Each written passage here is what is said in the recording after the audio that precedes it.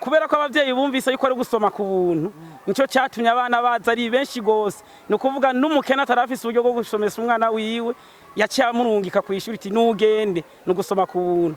Ukungene biratugora gose bivanye n'ukungene ibirasi bari bikeya, intebe zikaba ari nkeya, abana bakaba benshi. Mwishuri twiga turi abanyeshuri 100. Mwishuri twasaba batuzanira intebe kugira tuze turicarako neza, kandi abanyeshuri ni benshi cyane mu mashuri. Ikibazo dufise ntitwiga neza kubera hamwe usanga ari induru kubera abantu 100 aho bari hariyo, usanga bamwe abanyeshuri bamwe atariko bashaka kwiga, ariko twasaba turonke umwidegembyo mu kwiga niburi dutume tuza turiga turi nk'abanyeshuri 50. Shida yenye gratuity ilileta ni kusema kwamba mbele tulikuwa tunalipisha watoto pesa. Watoto walikuwa nalipa ile frais d'encouragement prime. Hivi hakuna prime yenye tuko nayo na kuna serikali nayo haiotuongezea tupatie fonctionnement yenye inastahili, hatufanya namna gani?